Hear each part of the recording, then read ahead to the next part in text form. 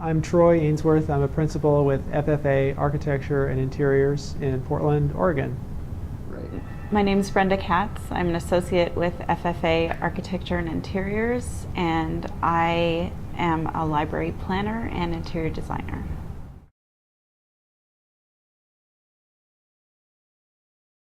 Well, one of the primary considerations when we were in design on this library, it was 10 years ago now, was that the campus desired to have a true kind of community center for the campus. Even though the campus center building is right nearby, there wasn't kind of an academic heart, a physical space in the campus that everyone could gather. And so that's one of the reasons that a lot of the spaces in the library are organized around the central atrium, is that this was seen as being really the true academic heart of the campus. And truly, when we were planning how the library would lay out on campus, we were looking at this center place of campus, and we were calling it the Heart of Oak. I don't recall whether that was something that came from the campus leaders or whether it came from ourselves, but the idea was that the library, even though new, would look very much at home in this Heart of Oak in the middle of the historic campus in Forest Grove. So it was really, and that's where libraries are going. They are less a place where people go to get stuff and more a place where people go to meet other people, to do stuff, to share experiences, to share knowledge, to work on projects together, to even produce projects or make things or print things. So they've become less a contemplative space and more of an active space, a space where things happen with other people. So with that in mind, we were really thinking about this project that we just finished this last summer to plan new interactive spaces along the lines of, well, how can those be accomplished with the spaces that we have to work with? And how can we better accommodate people getting together and doing these things in these spaces?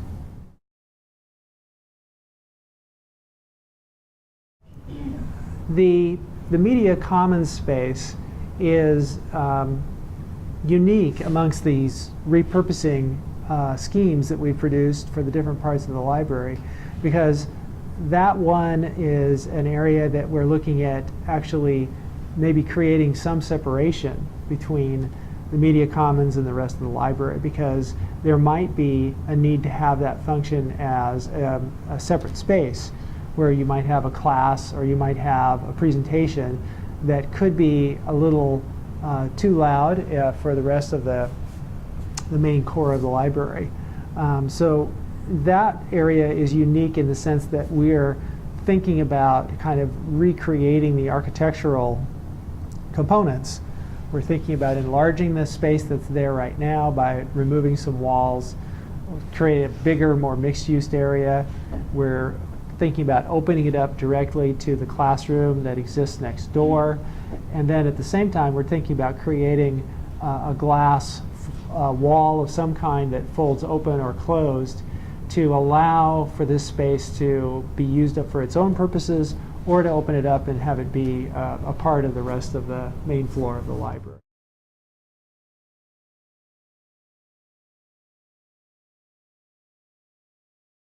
If you think about the campus as a small town, and the library is kind of like town center or city hall, and if you think about the campus as a mixed-use development, the library may be the most mixed-use building of them all, because you have a lot of services that are provided there. You have collections, you have classroom spaces, meeting spaces, office spaces, a lot of different kinds of spaces in the original library design. And now that we're talking about the Media Commons, we are looking at repurposing space that was for, it was fairly static space for periodicals collections primarily, some seating and shelving, and really rethinking it entirely for what it's going to be used for. And so I think in that way, the library is becoming more of a mixed-use academic building, really, that'll be more intensely used. I think that Marita, the library director, was a little concerned that some of the areas of the library had become outmoded and outdated by changes, because when you walked in there were these areas that should be very active on the first floor that were empty. The shelves had no collections on them, and there were no people there. And so it was obvious that things had changed, but it didn't mean that the library had become obsolete. It meant the way the spaces in the library had become obsolete, and that repurposing would bring the people back into these spaces and use them more intensely in ways that hadn't been imagined originally. So I think in that way, you could think of the library as a real mixed-use champion of an academic building.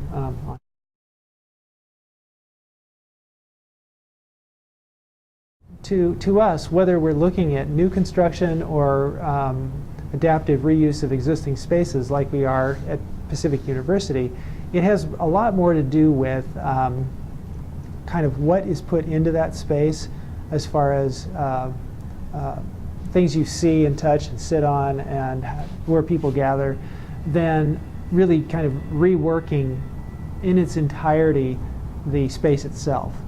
That has an economic value too, in that you can repurpose spaces more economically without having to completely redo the ceilings and the lighting and you know, how the spaces are defined. So if you have a very flexible floor plan and a building that's fairly open to begin with, then you have built in that kind of flexibility that everyone is looking for. Because we don't know if things have changed so dramatically in the 7 years since the main library at Pacific University was finished, how might they change in another 5? The library at Pacific University is very highly adaptable and will change with the times successfully, because we designed it to be quite open with limited number of columns, lots of good natural light from the sides and from above. So if you just do some basic things architecturally to create great spaces, then they should be great for all kinds of different functions over time. One important consideration is to keep flexibility in mind so that the space can be reconfigured over time as needs change.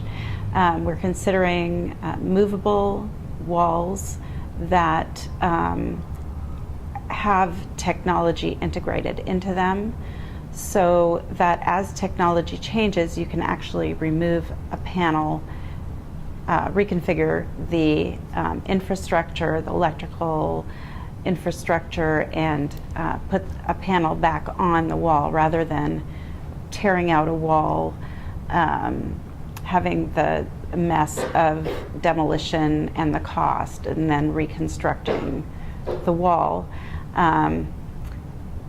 Besides changing out the technology in the wall, they're also easily reconfigured. We're doing the same thing with the furniture, making sure that the furniture can be used for multiple uses.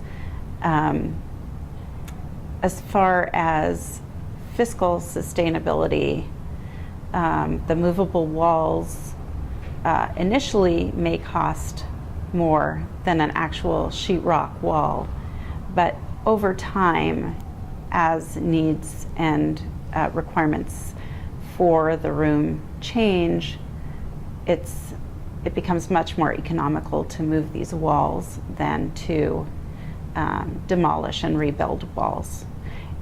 Also, when you do actual demolition and reconstruction of walls, the space is no longer usable for quite a long period of time. With these movable walls, it can be done very quickly so that the functions, the room is functional for the entire time, rather than a long duration where the room can be used.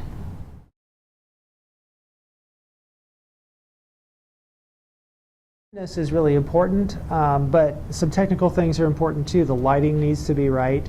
if there's natural lighting there and you're going to have more screens, then you need to have ways to kind of control the glare and the heat that comes with that. And our building happens to have that because it's a recent construction. There are could be issues of acoustical control. You know, if you have a space that was very quiet and inactive, and you suddenly turn it into this very active 24-hour a day or however many hours a day student center, then you may have impacts in an area that's just adjacent. For example, in our project, we have the media commons, and it's right next door to the main circulation desk. And so this is one of the reasons that we decided, well, when it comes to acoustical separation or no separation, we felt as though some kind of a movable wall system would be called for to allow for those functions, one which didn't exist before, the media commons, and the one that did exist before, the circulation desk, to be able to be kind of separated off from each other in a physical way. So I think that's one of the main things that we've seen with our newer library construction is there was an advantage in the old days when you had a room and a collection, and then you had another room and a collection, and you might have had a hallway or a lobby between them, because you could kind of break down and create environments that are particular for those collections, and maybe be able to have certain functions in those spaces be distinct from each other and not interfere. But now, when we are asked and deliver on these very wide open and by their nature very flexible open spaces, the biggest problem we have, or the biggest issue it seems as though we have to work through, is this business of acoustical privacy or lack thereof from one space to another, and how do we deal with it? Do we put in low walls? Do we put in acoustical dampening? Do we have movable walls? Do we have no walls and just expect people to live with and work with a higher level of background noise? I mean, that's a fact of life in libraries now, is that they're not the quiet spaces they used to be. So that's a matter of detail that we kind of have worked through on the Media Commons project, is how much impact can there be between these different spaces, and how much separation do we need to provide in the form of doors or glass walls or windows, that kind of thing. Well, there are physical limitations to any space, and we have to try to accommodate the users that want to use that space, but oftentimes there are challenges with bringing power and data to the furniture, or oftentimes a group will need a specific configuration and the room may be too narrow, or the ceiling may be too low or too high for various configurations. So the challenge is always to try and accommodate so many different functions into one physical space.